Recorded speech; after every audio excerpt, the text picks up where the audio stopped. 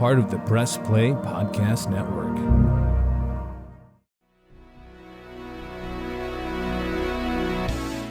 Iguodala to Curry, back to Iguodala, up for the layup. Oh, blocked by James. It's over.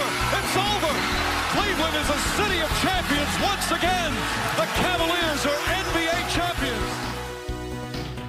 That sound means it's time for Cavs on the Break, NBA podcast from the Press Play Podcast Network. I'm your host, Chase Smith, and we got a full house today, folks. Sam Amico, John Sable, Jeremy and Akron, and fellas, it finally happened. Myles Garrett, pick six, touchdown to the Pro Bowl. That's why we're recording. It happened today. I was sitting at Fathead's Brewery in North Olmsted when that happened, and I was like, what is going on? No, that was pretty cool. Sam did not appreciate the joke. Either that or his phone has frozen. No, the Cavs have traded for Caris LeVert, and this is something that we've talked about, we've teased, we've explored leading up to today. It took us all by surprise that it happened so soon. Sam, it happened. You guys nailed it on your pod. Jeremy nailed it on Facebook. It's like you guys know what you're talking about, Sam. Good job by you. Every once in a while, we will pull one off and be right. But, the thing is, we knew that they were talking about this when John and I talked about it the other night. I think I gave it, John, a 60% chance that it would happen because LeVert was their number one target. He was the guy that they wanted, and we kind of knew that. So it was a great deal. The fact that they did not give up anybody from their core. They didn't give up anybody who's playing. You're going to miss Ricky Rubio, what he brought to the franchise, but a great deal. And John, we talked about this the other night. This is basically what we said. And I know Jeremy said this on Facebook, the same thing. This is what they should give up to get Caris LeVert and probably nothing more. And that's what they did, first rounder, 2 second rounders and Ricky Rubio's expiring deal. So it was a really good deal, obviously on paper. And we've seen what LeVert can do. So a nice trade for the not only on paper but on the floor, in the locker room, and all the other things you could say about this trade. A+ for Kobe. And Sam, you actually were talking about this potential trade happening way before Christmas, even when the Colin Sexton got hurt in November. Right around Thanksgiving, you mentioned that the Cavs were in on Caris LeVert back then, and the talks continued to swirl, and we talked about it on the pod. I know you talked with Chase and Jeremy about it too, and just in the last week, seemed momentum was shifting that way. And then when we recorded the latest episode, 2 days ago, we laid out everything. We laid out potential trade targets, but you put 60% on LeVert, and we weren't sure if Indiana would want another player besides Rubio in the draft picks. We kind of tossed the idea of maybe like a Chetty or a Windler, but clearly, obviously that didn't happen, which is great because now you're not sacrificing anything from your bench in order to get him. You lose a few picks, which really isn't a big deal. Sam, you and I got roasted a little on Twitter from some fans saying, why are you giving up draft picks? And you said in the pod, if anyone listened to it and got to the end of it, the pod pretty much broke down what you said, why the draft picks mean absolutely nothing to Cleveland right now, because that first round pick, if the Cavs continue to win, in which they are, is basically an early second round pick because it's going to happen later in the first round. You have you had 3 picks right there. It didn't matter because the Cavs core is here. You're in a win now mode, which means win now and then the next year, and the next year, and the next year, and they got to capitalize on it.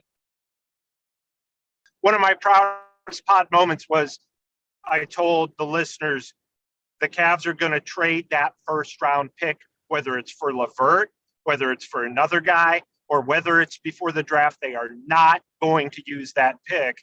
And I just didn't think they'd trade it this quickly, but I knew that they did not want their first round pick. So anyway, that's all. I'm just pointing out that I was right for once. You called it, Sam, and I got to admit it, and I got to give credit to some of those people in that Twitter feed that did not like our breakdown and our idea of what was going to happen. Some of those people came back and admitted that we were right and apologized, which you never see that in a toxic environment like Twitter.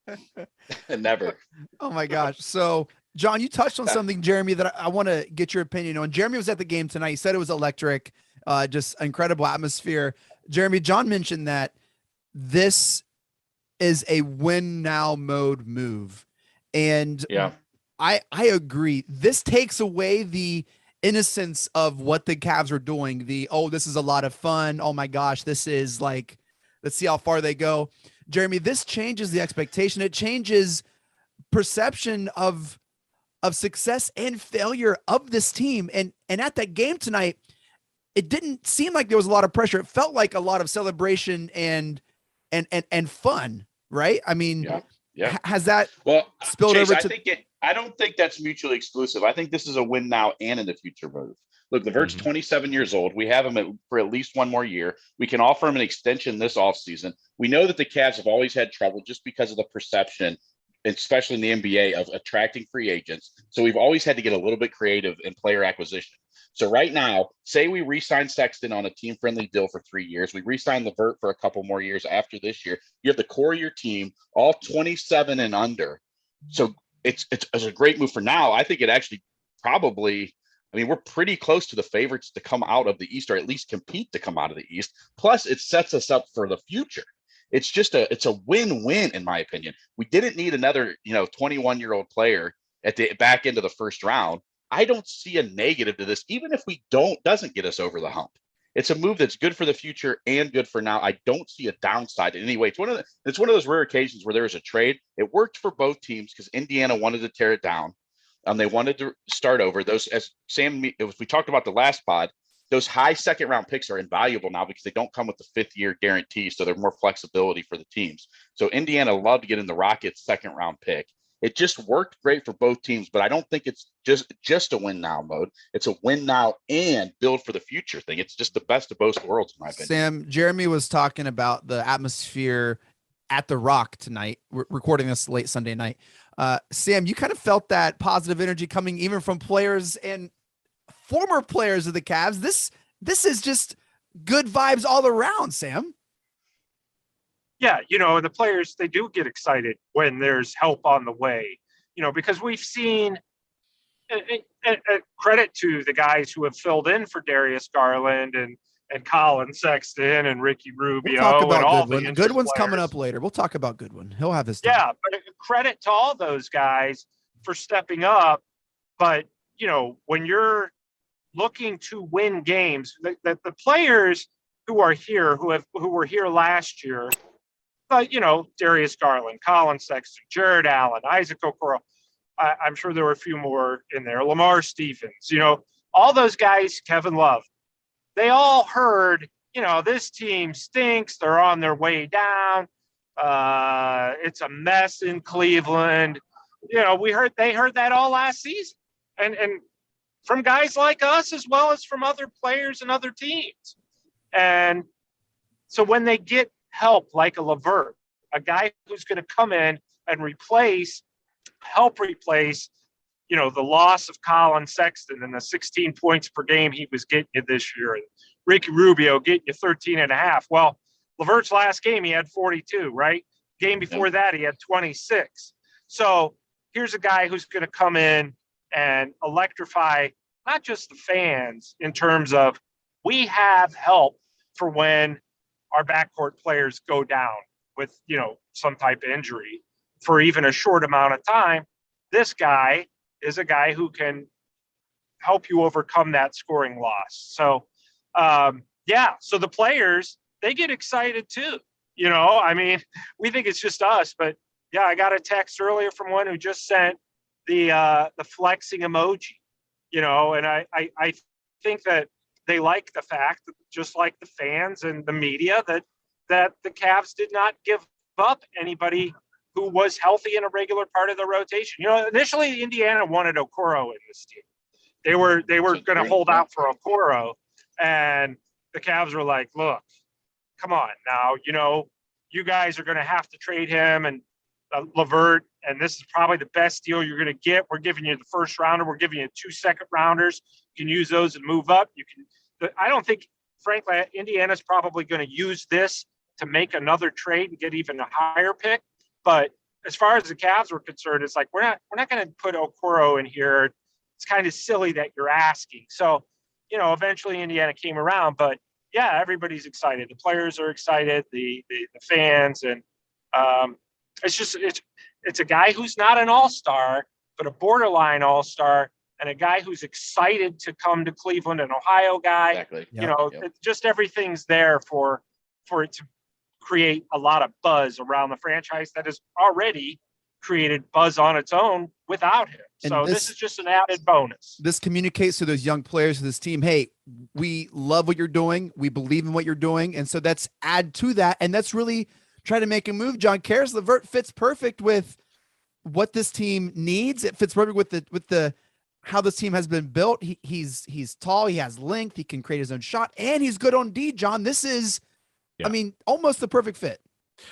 Exactly. And this is why the Cavs were targeting him from the very beginning back in November. I mean, the guy can play some defense. He's the wing scorer that they've been needing for a long time, and he's pretty good with the handles too. Jeremy brought up the contract situation. Here's an interesting note. And we talked about this in the pod with Sam 2 days ago. Think about this. His contract is, let's say they don't re-sign him right now, but they do later. He's an unrestricted free agent after next season, the summer of 2023. And he's making next year is about 18 some million dollars. Guess who also is a free agent at the end of 2023? Kevin Love. And his contract is what, 10 plus million more than that. So you're going to get Love's deal off the books. So you can not only extend LeVert if everything works out now, and then later you still have more money to use at a different date. And that is also including if they go ahead and sign Sexton long-term or Garland as well. So this move, to Jeremy's point, he nailed it. It's for the long haul too. It's win now and win years down the road. And this is a perfect character locker room guy that can fit in well with this team and it can mesh in. And he's a good coachable player. Rick Carlisle, if you watch the broadcast tonight, raved about the class act of Caris LeVert and how much he's going to miss him and coach him. And it's going to be a perfect situation for him and the Cavs at a time when they needed a score badly. Look, he played with Jared Allen and with the Nets, so there's chemistry there. It really was we're not going to touch what we have going on here. We're just going to add this incredible spice and this incredible thing. Guys, we're all about it. I have some concerns. Can I share is this a safe place to share my concerns, or do we still want to keep are we still vibing here? I don't want to be a mood killer. I want to read the room. Yeah. Don't be ants at a picnic, Chase. Come on. I gotta Chase, before you destroy the mood, can I read you a quote from a veteran NBA writer I read tonight? Please. It said 2 years ago, the Nets attempted to build a super team by trading Caris LeVert and Jared Allen to get James Harden. Now there's zero chance the Cavs would trade Jared Allen and Caris LeVert for James Harden. I read that same thing tonight, Jeremy. It's great. It's so funny. And now look at what's going on in Brooklyn. There's rumors that Philly wants to get Harden. I don't know if you guys saw what Kyrie Irving was asked today in the post game about Harden. He kind of threw out the old media, attacking us, blah, blah, blah. It's a mess over there. I'm glad those two guys are no longer there and they're in Cleveland now with the Cavs. Here's the thing, guys.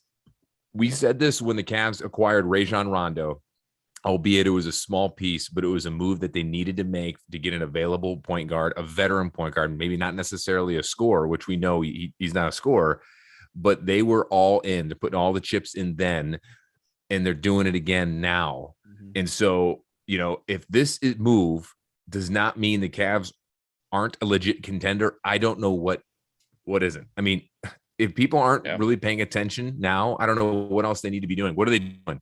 This is a legit move to be a contender in the East. We were talked about, 2 months ago, play-in tournament. Okay, then they were started out hot. Then we're talking about, okay, top 4 seed home court.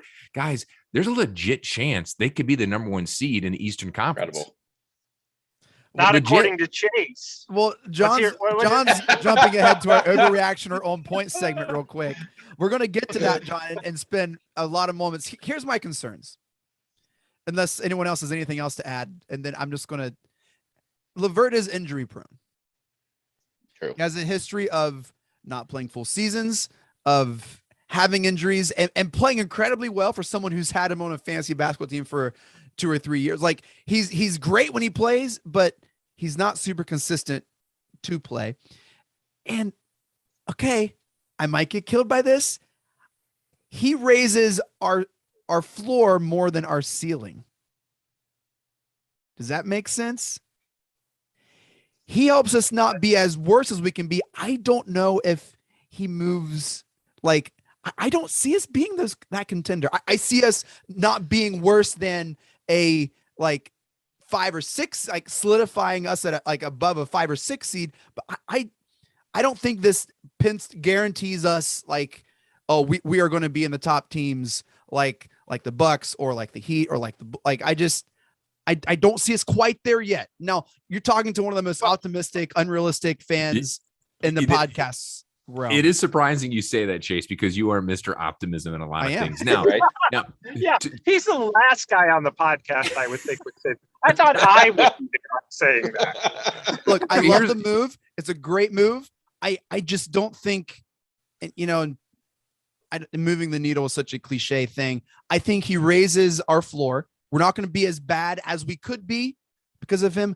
I don't see him as a huge difference maker that we are excited that he could be. That's just me. Can I say why I disagree, Chase? Here's let me give you a logical explanation why I disagree. If you've watched the Cavs like we all have, what have they been missing? They've been missing a wing who can create his own shot, especially when Darius Garland isn't in the game. Okay. We were at our best when Ricky Rubio was playing really well because he kind of filled that void, even though he's not a true wing. He created shots. Cedi Osman was playing great with Ricky Rubio because he was creating for him, creating for others. We haven't had that. I've put it on Facebook a few times where it's like Darius Garland's in the game. We get a big lead. Darius Garland goes to the bench. We lose the lead. Darius Garland comes back in. We get the lead back, rinse, wash, repeat, right? Same thing. This will take some pressure off Darius Garland to create for everybody else. It'll give the second unit, who's already playing well, a jolt of energy and someone who can handle the ball. He's a good ball handler for a big guy. So I think that, just by the fact that he's taking pressure off Darius Garland to be the kind of the sole creator in these games is going to make us a better team. I think go ahead. No, was to say before, and he plays good defense on the before John and Sam chime in. I think pre-Rubio, the style and way of execution was unsustainable. We were like operating at like max capacity. Like there was no way we could be playing better. And that was not sustainable. With LeVert, this level of play is sustainable. I just don't think it's like top levelable and a sustaining level. Like, I know it's not a word, but like now we have talent and players that this is sustainable and it's going to be sustainable. I don't believe we were playing sustainable top of the East basketball. You look at the rosters, it's still like, I want to see more before I fully go all in. That's just me. Do we all agree though that Caris LeVert is a good wing defender? Absolutely. Right? Yes. He's a good wing defender. Right now the Cavs are now leading the NBA in points allowed per game. So you're adding a guy who's not going to, demand the ball, a guy who's going to play defense to the team that already has the best theoretically defense in the league. I don't see, Chase, how it could hurt anything. And we're a game and a half out of first place. No, right now. I don't think it's going to hurt. I think it's going to make what we're playing sustainable. I just don't think... At this moment, we're a game and a half out of first, or a game and a half out of first. No, it's not going to take a sizable jump is what we're saying for us to be a legit quote unquote contender in the East.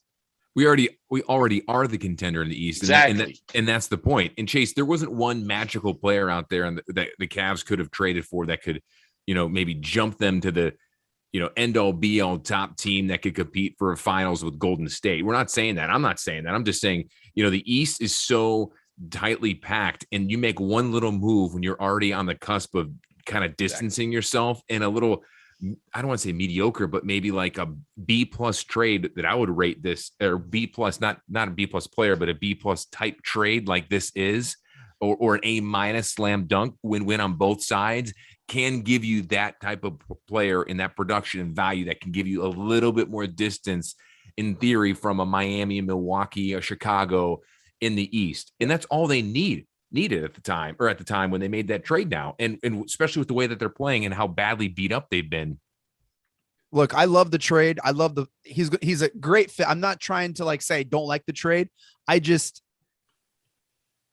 think this trade propels us for playoff basketball for the next 2-3 years without a doubt. Sam, am I crazy? I mean, we know the answer to that, but like, did I just completely, like, should I just retire from podcasting now? Is it over? Is that it?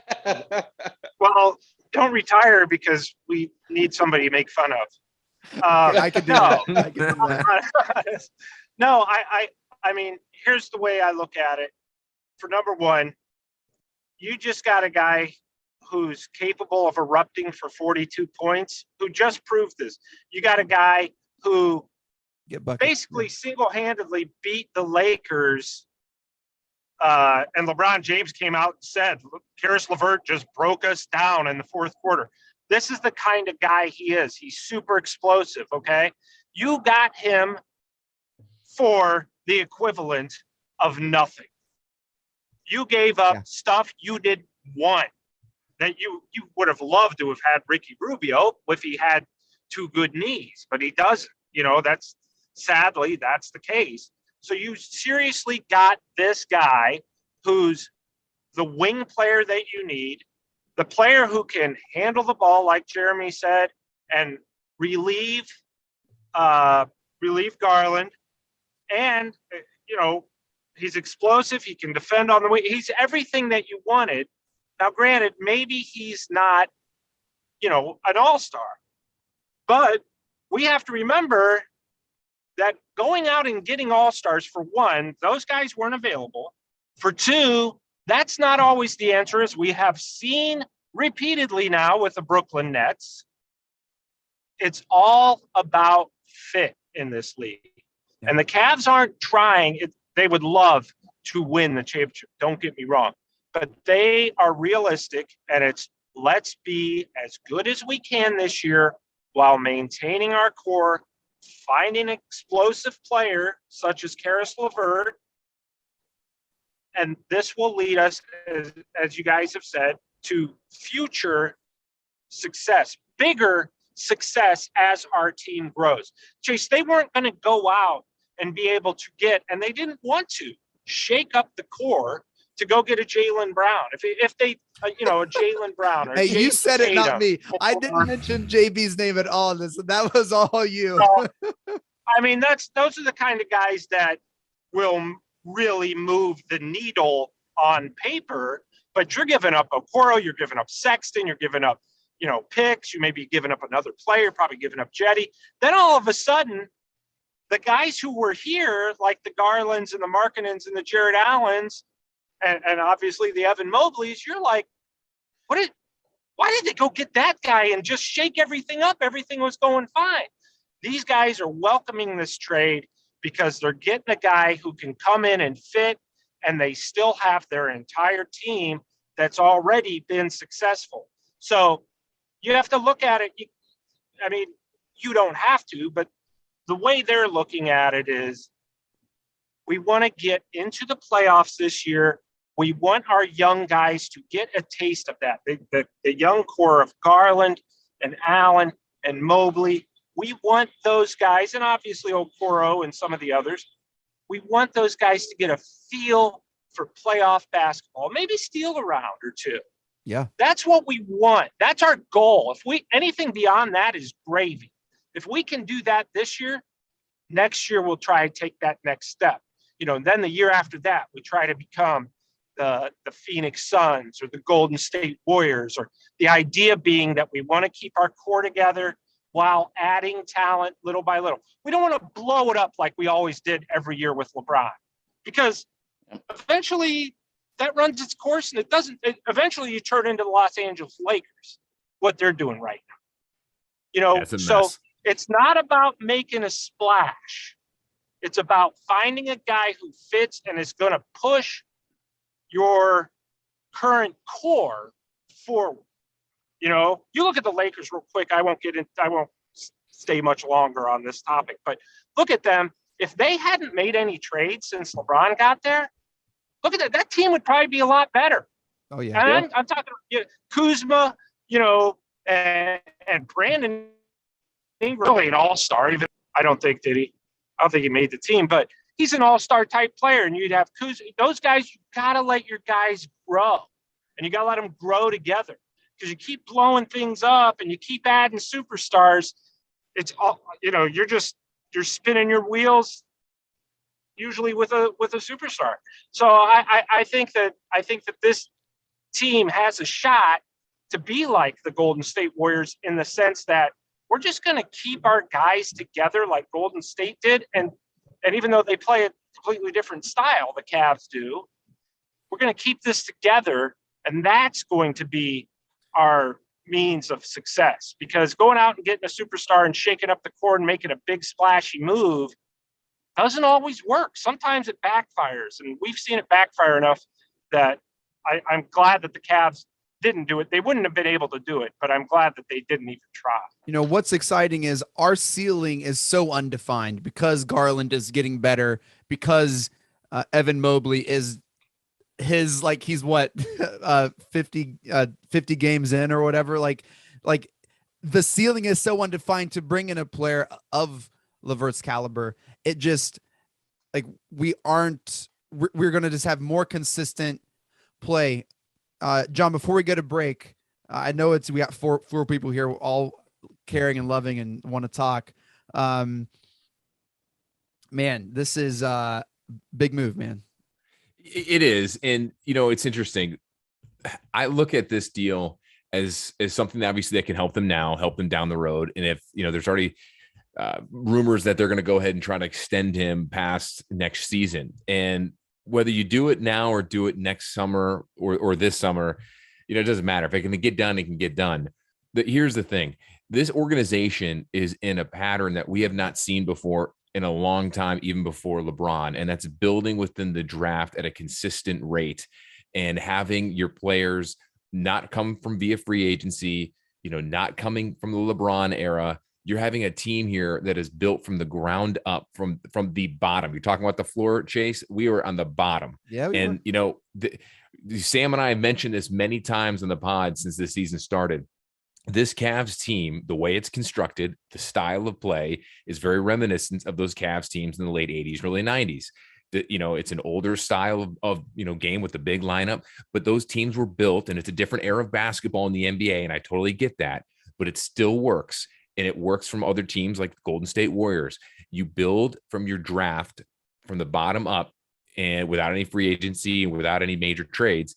And this is what you have. And you have a contending team in the Eastern Conference now, like those Cavs teams were back then. We haven't had this in 30 years, if you think about it that way. I mean, the Cavs are going to go onto the playoffs this year for the first time without a LeBron team since 97, 98, and it's really incredible what they're doing right now. And a really trade like this will distance themselves in theory if everyone stays healthy.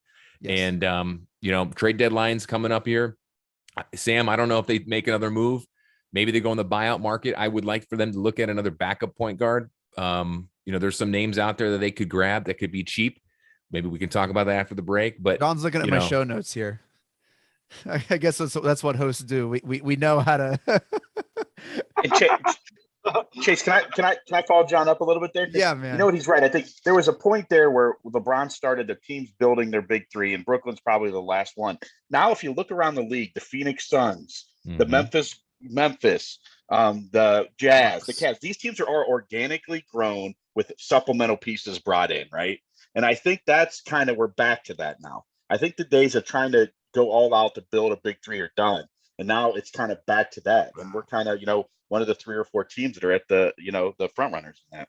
The death of the big three, JIA. I love it. We're going to take a quick break. When we come back, one of my favorite segments, Overreaction or On Point. John, we're going to talk about extra moves, other people, all sorts of fun stuff. Stick around. A lot of fun here. Cavs on the break, full house, Caris LeVert trade. We will be right back. Looking for new insights on the Cleveland sports scene with a unique side of Cleveland sports history?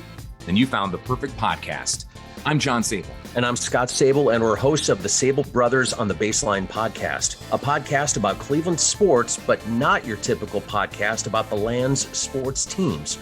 Join us as we embark on a journey of sharing a unique and historical side of Cleveland sports history with the help of some former Cleveland sports stars and other historical figures. All right here on the Sable Brothers on the Baseline podcast, part of the Press Play Podcast Network.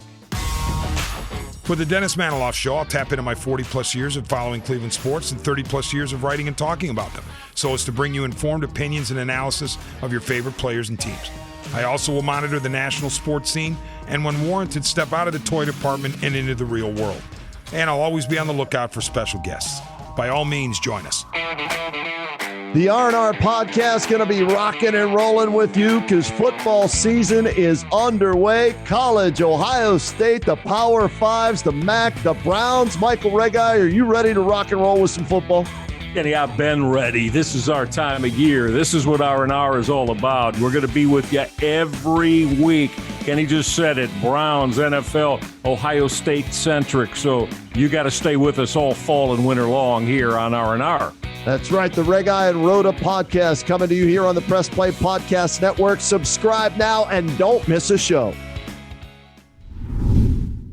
All right, we are back. Cavs on the break. We got Sam Amico. We got John Sable. We got Jeremy Powell. We're talking Caris LeVert trade. We just had a lot to say about that. That was a ton of fun. We're going to do this segment now, guys, called Overreaction or On Point, where I'm going to give a statement, and you have to tell me if that's an overreaction or on point. All right, so some of these are going to be a little insane. Some of them are not going to be so much insane.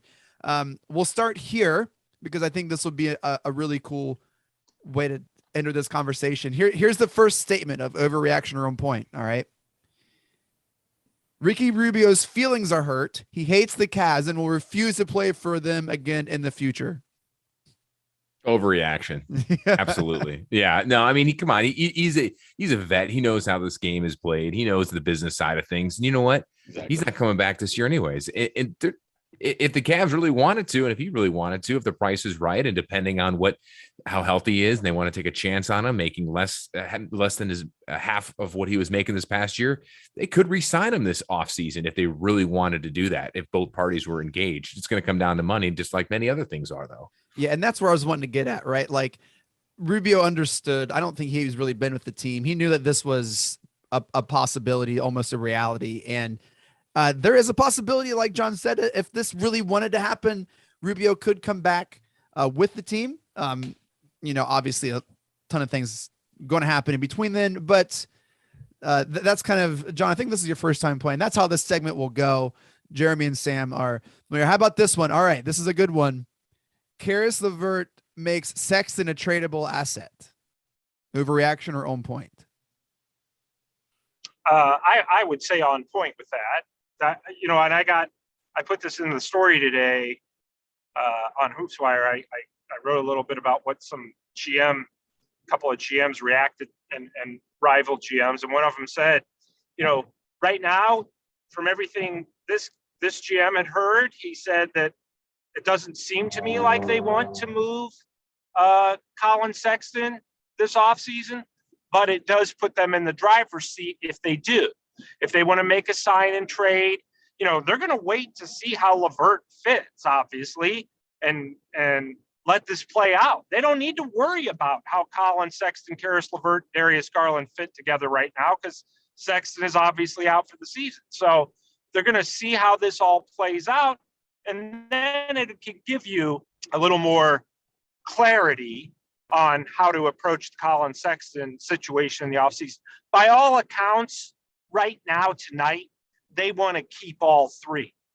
Okay, they want to re-sign Sexton, keep him here, keep him part of the core. That could change, but if it does change, it would change in a good way because Garland and LeVert work so well together that they find out it works so well together, they don't want to disrupt that. So they would potentially explore a Colin Sexton trade. And guess what? A sign and trade in the offseason. And guess what? You could get a lot of nice stuff in a Colin Sexton sign and trade. But for now, the idea is that all three are going to come back. But yes, that's on point, Chase, because that does give them the possibility of using Colin Sexton and his contract, quote unquote, uncertainty as an asset this summer. Okay, Jeremy, I have one more question, and then I want to pause and talk about some of these conversations here. Jeremy, Brandon Goodwin's emergence makes Rondo expendable. I probably would have said yes though tonight. Rondo had his best game as a Cav tonight. He had 12 assists. He had 13, I think 13 or 15 points, 12 assists, looked fantastic, understood how to get Seti the ball when Seti got hot and where to get him the ball. Mm-hmm. So I think I probably would have said, on the money, but now I think overreaction. I think he will finish the season with the team, if nothing else, as a veteran presence and in case there is an injury somewhere along the way. So this brings us to kind of an impasse because the trade deadline is February 10th. We are a few days away. Sam, look into your crystal ball here. Overreaction or on point? The Cavs have another move to make. I think that's on point, and I don't think it's going to be anything splashy. I think John alluded to the idea that they could potentially add somebody on the buyout market. I run every day, and not to continuously pump up my own website, but every day I do run available veterans by position. I update it every day. So there's a ton of available veteran point guards out there that after the trade deadline, they could potentially add one of those guys in some sort of move. Right now, it's like Jeremy said, I know Rondo's been hurting a little bit. He's had, I think it was a hamstring bothering him for a little bit. It's been bugging him even when he came back. So if he continues this, they may not need to make another, maybe they found that with LeVert and Brandon Goodwin's playing well. They may not need to bring in another point guard if Rondo can keep doing this. So, but I think that they're going to do something else. They could make a very low-level trade to bring in a guy who, they don't want things to get crowded. They just want to protect themselves in the event that people get injured. Sure. And I know that they're thinking, do we need another point guard, in terms of to help Goodwin, or if Rondo's not working out or something along those lines. They have that kind of flexibility. So, yes, they will do something else before the end of the season. Probably, if not a trade, then by the end of the week, either on the buyout market or, signing somehow, filling a roster spot with another guy, another veteran player out there, just to protect themselves from injury. Sam, you can promote your website anytime, man. You don't have to apologize or ask. You could just do it. I hope you know that. Hoopswire.com, everybody. Hoopswire.com. Thank you, Chase. All right, that'll be $600. I'm good. John, what are some names that you would like to see maybe the Cavs kind of bring in? So, if you go the buyout market, that's one thing. But Sam, correct me if I'm wrong. Don't they have a trade exception they can use? Don't they have a JaVale McGee trade exception? I don't know if it's McGee or from somebody else. I know that they have something small that I'm pretty sure has to be used by March 10th or it just expires. Right. So they have the flexibility to make something happen if they want to go that route. And I think they kind of do. There's a twinkle in Jeremy's eye. I see a twinkle in Jeremy's eye. So real quick, I was going to say, I'd throw out a couple guys that you could get with like a trade exception, whether that's McGee or whoever, or maybe even a future second pick or a first round protected. You could look at someone like maybe Avery Bradley. Maybe you could look at someone like Dennis Smith Jr. What about Austin Rivers? You're getting like vet guys that could help. Rather have Avery Bradley than Dennis Smith Jr. Dennis Smith Jr. was a guy that I thought that they would have a shot at. He's in Portland. Their situation has been not real great with Lillard out. They've had injuries. They may be sellers a little bit at the deadline. Yeah. So that's the thing you have to look out for is these teams who are selling, quote unquote, at the deadline. In other words, that means that they are going to kind of want to liquidate the roster a little bit and get rid of some of these veteran players like an Avery Bradley, perhaps a Dennis Smith Jr. I bet is very, very available. What about a guy like Elfrid Payton? Yeah. Those are the kind of guys. Those are the kind of guys that that I'm thinking that they would like to get there. And there could be another guy, kind of a frankly, a small power forward type too, Right. instead of another backup point guard. You know, we heard their interest in Robert Covington, who just got traded from the Blazers to the Clippers. That kind of lower level Anthony Tolliver type of stretch for. Well, Terrence Ross, I know, you know, he's not out of the picture yet because he's available for cheap. And when that happens, those are the kind of guys you say, you know what, we can bring him in. He could be a fit. So I don't think they're done yet. No. Look, Dennis Schroeder would be a good one too. Yeah. Dan, we talked about that in the last episode. Yeah, right. And those guys, I think, are all possibilities. They're distinct possibilities because a lot of them, their contracts expiring at the end of the season. Their contracts are cheap. They're easy to get. And to boot, they're veteran players who have been through playoff battles and all that stuff. So, yeah, I think all those things make sense. I don't have a name, but I don't think it's out of the realm of possibility the Cavs would look to get some insurance at 4 or 5. Look, Ed Davis right now, whenever someone's out, whatever, if someone misses a few weeks, Jared Allen, Mobley might be running up on a rookie wall. If you can get a guy that can provide a little insurance, at the 4 or 5 spot to play some defense and can rebound. I don't have a name off the top, on the tip of my tongue here, but I wouldn't be, surprised if they looked at that as well. Look, guys, Kobe Altman is killing it with every move. We do apologize for Sam's Matrix voice. Sam's driving through the Cuyahoga Valley National Park tonight for some reason. I don't know really where Sam is driving to. Chase's video. This is my regular voice. I just speak like the Matrix. Yeah. His video looks like he's remaking the Blair Witch Project. Yeah, I have no idea what's going on with Sam, but we hope you're okay. Hey, Sam didn't take the red pill or the blue pill. He took both pills. All right, here's one. Overreaction or on point. The Cavs will win over 55 games this season. Overreaction. Yeah, you guys go ahead, but it's overreaction. Yeah. Wow. I think that's 52 is probably a realistic number. 50 to 52. Man, and to listen to you guys at the first half of the show, it'd been like a 60-win team over here, man. And here I am saying that this is like, let's be a little more tempered. And all of a sudden, no, they're not going to win barely 50 games. I mean, the Cavs do have 31-30. The Cavs do have the third easiest remaining schedule left in the NBA. They won 33. I could see them hit 50 easily, but I don't know about 55. I think 52 is. I think if things go well, 52. Because we're 33 and 21. Many games left. 54. And if you win 52, you can left. win the East.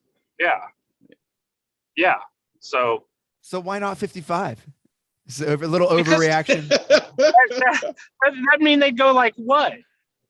They'd have to go what? 33 and 21, 54. But 38 games left.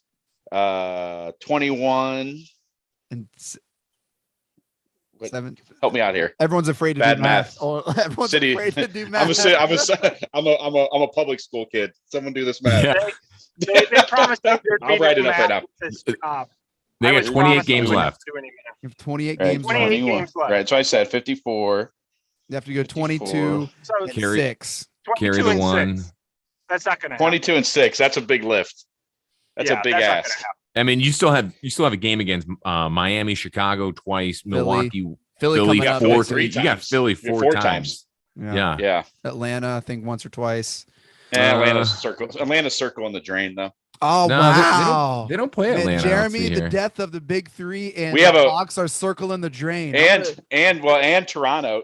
We have Toronto. We have a makeup game against Toronto. Toronto's playing some of the best basketball in the league right now. Yeah, you got Toronto twice, Dallas once, and then your bottom feeders: 2 against Orlando, 2 against Detroit, 2 against Indiana, 1 against San Antonio, New York, and Washington. Right. So overreaction. I hear you. Jerry Smith, I don't like the trade, but they're winning 55 games. I didn't say I said I like the trade. I'm just saying the trade raises our floor.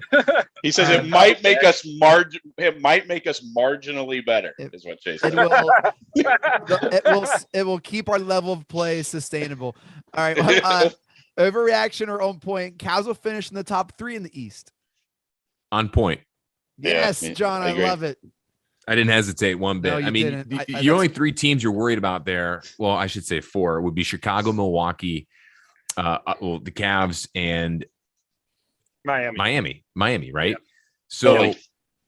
I can't believe you're just discrediting the Bucks, who have Giannis, the champs, and I mean that's a pretty quick dismissal, man. And they're only a game behind us, I think, right? I get the They haven't feeling looked great recently at all. They haven't, and I get this strange feeling that the Bucks are turning into the Cavs of old, where they're just gonna like coast through the rest of the season and then turn it on. I mean, yeah, you're right, Jeremy. You got Philly in there too. Runners, by the way, the Bucks are probably the front runners for Schrader from the Celtics. I know that they've been really active in trying to get them. Not that that's going to be a huge difference for them, but that's something that might help them a little bit. I'm not sold on Chicago keeping this. I don't think that's very sustainable. Me neither. No, Me neither. they're injured, and they got a bunch of injuries and long-term injuries at that. So, all right. So, Sam, overreaction or on point on the top 3 seed? I think it's on point. I think they'll finish in the top 4. I do. I think that, and I think, part of the reason is too, Philly, who knows what they're doing right now in terms of this Ben Simmons stuff. They're so determined to get James Harden, and I'm like, why? Is he going to make you that much better? Yeah, Harden would move the needle and raise your ceiling. Yes. Maybe. You know what? I'm going to mean maybe. Daryl Morey was born in Medina Hospital. He went to Medina Highland High School, the Sixers director of basketball operations. Who wasn't born and raised in Ohio? That's kind of where I'm at this point. Jeez. Anyway, I'm going to give him a pass because, you guys are nuts if you don't think Harden on the 76ers would not propel them to the finals. If you like guys who dribble, ball fake, dribble, ball fake, shoot 3 free throws, have a guy jump into them. How many finals appearances is James How Harden many players like Embiid has he played with? None. Well, I mean, I guess KD. I don't know. Dwight Howard when Dwight Howard was still good. Brooke when Russell Westbrook was still good. Chris Paul got to the finals the very minute he got away from Harden. I like James Harden. Don't get me wrong. I just don't think. I think he's past the point where he's going to propel you to the finals. You know what? Let's do a little hot take here. All right. I think James Harden, Russell Westbrook, and maybe not Ben Simmons, but those two are obviously are now past their prime and on the downside of their career, and that they're going to do more damage than good for certain teams. And if Ben Simmons isn't careful, he's going to fall right down that same trap that they're in, and he's younger. And so needs to work on his game because Philadelphia is screwing up his career big time right now. And, I hate to say it, but if he can finally play or get traded somewhere, the kid's got to work on his game better. But if he's not careful, he's going to fall down that road of a Westbrook and Harden that they are down right now at a much faster clip, in my opinion. Look, I'll sell Westbrook with you, even though I like Westbrook. I'll sell Westbrook. I'm buying all your Harden stock. I will buy your Harden stock. 8 months ago, I was going to say 8 months ago, I would have loved to have seen either James Harden, Russell Westbrook, or Ben Simmons as a member of the Cavs. I was like, that they need to go out and get a superstar. Go do that. Yeah. I wouldn't want any of them now. Yeah, I agree. I wouldn't want any. Sam, we did a whole pod about could Ben Simmons potentially be traded to the Cavs. It was like a whole pod on that. We were super excited. We wanted it to happen. Yeah. I agree with you. Jeremy, can I buy your Harden stock since you're just disgusted about the thought of Harden? He's the most boring superstar to watch play of all time. It's especially now that he doesn't have the explosiveness. He had some explosiveness earlier in his career, but now it's dribble, ball fake, get someone to lean into him, try to get 3 threes or 3 free throws, hit a couple threes. It's boring. It's boring basketball. It's all ISO. It's boring. I don't like the guy. I don't. Jeremy, you know what it is? I don't like him with the Nets.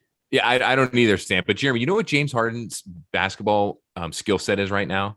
What's that? It's NBA Jam style, minus lighting the rim and net on fire. That's all you're doing. All right. It's 2-on-2 basketball. So boring. All right. 2-man games. It's not fun. The Cavs are fun. The Grizzlies are fun. Yeah. James Harden is boring. We talked about on a pod, I think, Jay, before you joined us, we talked about, Sam, a a Cavs Grizz final. Remember that convo? Yeah. And we were like, NBA would love it. The NBA would love that. How fun would Two that up be? and coming teams.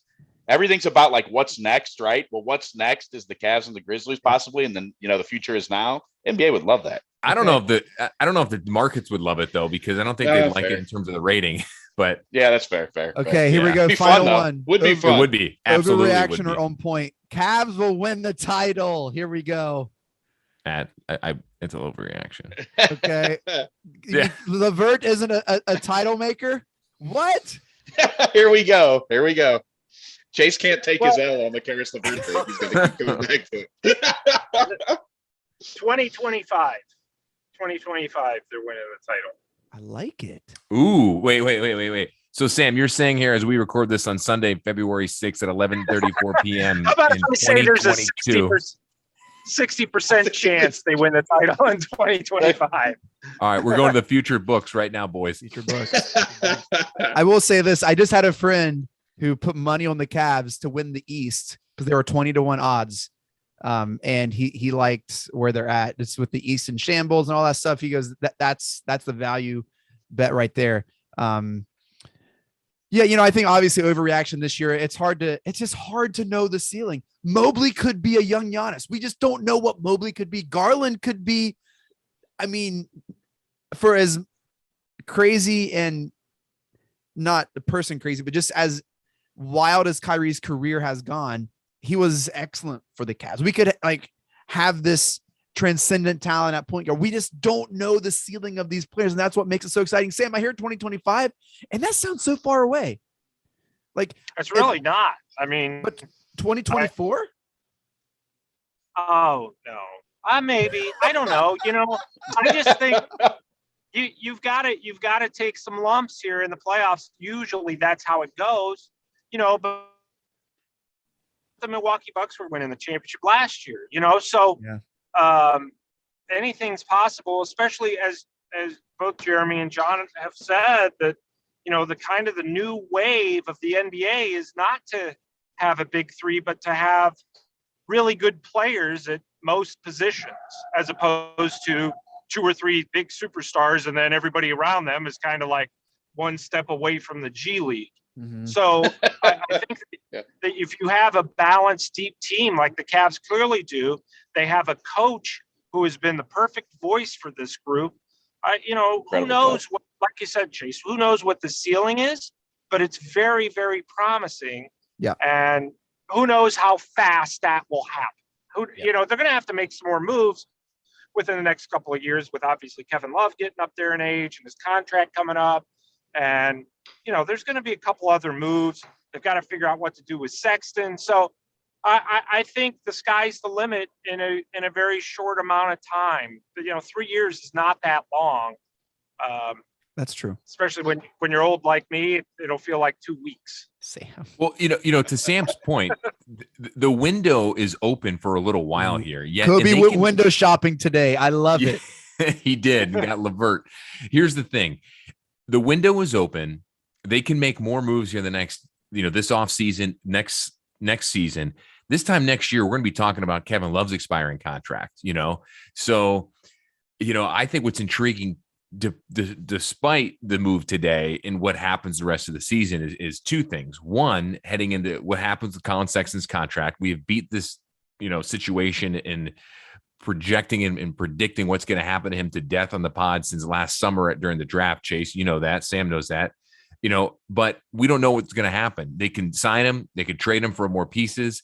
Kevin Love will be gone. You could trade him as an expiring contract. I mean, the options are endless in a way. And it's a good problem to have if you're the Cavs, which means, you the only way you're going is going up with all these young pieces too. And before you know it, then you're going to have to re-sign Mobley and you're going to be re-signing Garland soon anyways. Max. You got, it's a good problem to have.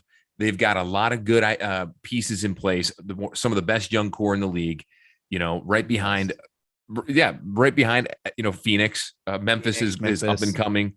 Golden State's getting a little older too. I mean, they're still dominant. Don't get me wrong, but if you're looking at 2025, you want to dethrone them, go for it. They'll be done by 2025.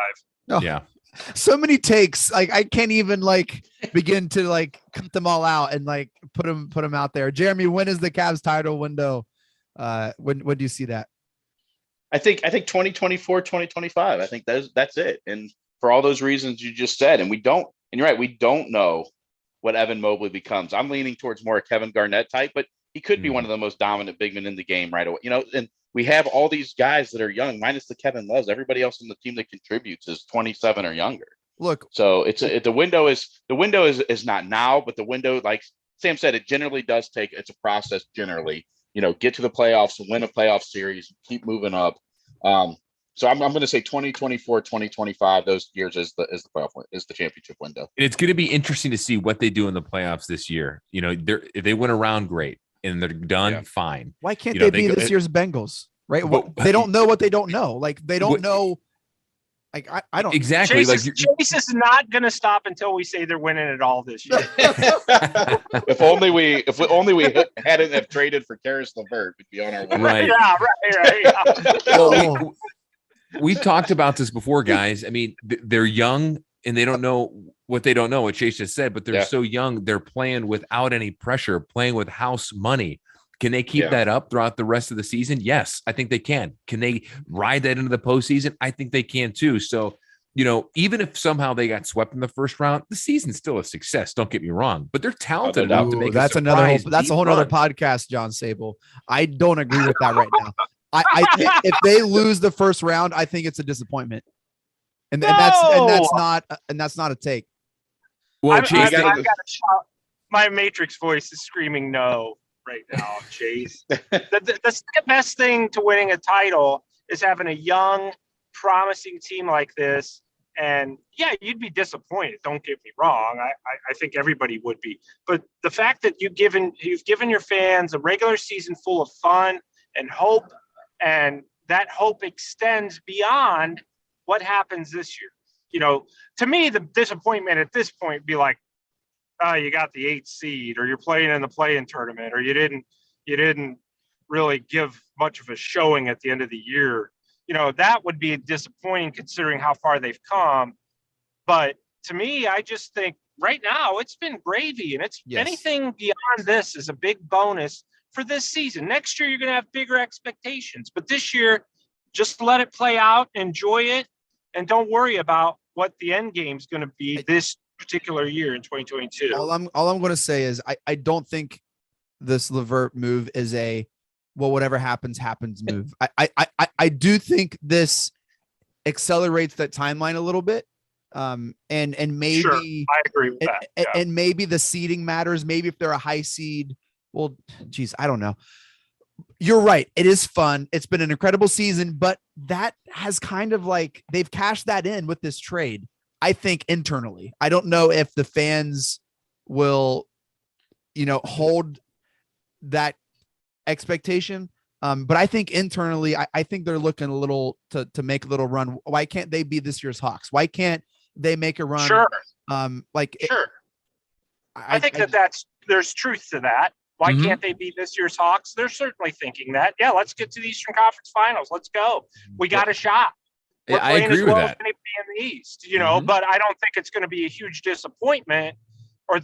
You'll be disappointed, but I don't think that you need to feel like, oh, it's been a big failure because they lost. They happen to match up with the defending champion, world champion Bucks in the first round and got beat in 6 games or whatever. I don't think that's a disappointment. I think that it's, this is the Bucks' time right now, or the Heat, or maybe the Sixers finally get their act together, or somebody like the Celtics. Regardless of who we play, it's going to be a tough out. Regardless of who it is, they're not going to want to play the Cavs. I want you to be right, and it'll warm my heart if you're right.